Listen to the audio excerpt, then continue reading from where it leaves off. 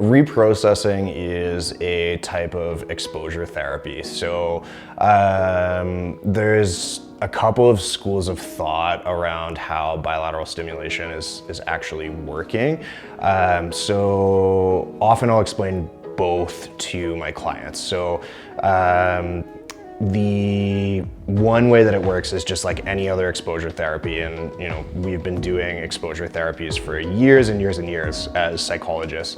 The basic principle is, as opposed to being an ostrich and driving your head into the ground when something bad happens, like we all have a tendency to do. Instead, we want to actually sit with that.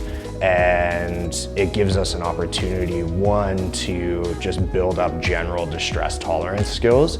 And then two, it gives us an opportunity to actually think about things and maybe come to some good realizations about ourselves or the world, or even being able to see the reality to a maybe unpleasant event that's happening, that if we just dig our head into the sand, maybe we'll have a tendency to personalize that, or maybe overgeneralize it, or turn it into a big catastrophe when really it's not that big of a deal.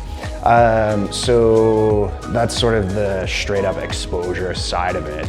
And then the other piece with bilateral stimulation and reprocessing is what it's actually doing in our brain. So there is this sort of theoretical view that by doing bilateral stimulation, it's actually helping different parts of our brain sort of talk to each other a little bit better.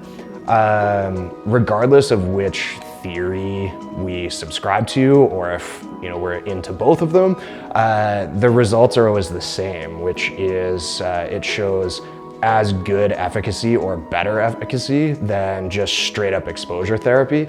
And additionally, clients tend to find it a little bit more comfortable because they don't have to sit in a session and actually verbalize things that have happened to them that have been unpleasant, which can slow people down in terms of the therapy process, and again can be much more uncomfortable than just sitting there and kind of thinking it over.